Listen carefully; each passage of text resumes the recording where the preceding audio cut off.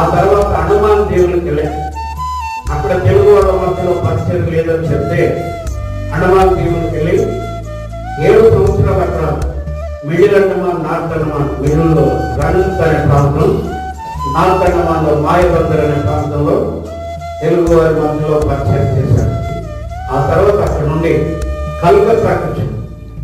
కలకత్తాలో 2 సంవత్సరాలు బెంగాలీ బ్రాహ్మణ్స్ మధ్యలో పరిచయం చేశాను.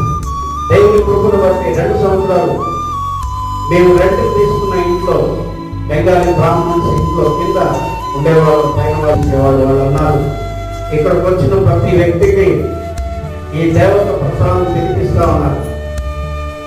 2 సంవత్సరాల్లో వాళ్ళు ఏం చేయలేకపోయారు. ఆ అబ్బాయిని అక్కడ ఉంటున్న బెంగాలీ చర్చికి మరి బైబిల్ ఇచ్చి మరి దేవుని సన్నిధానం తీసుకురాగలిగినందుకు మీకు స్తోత్రం.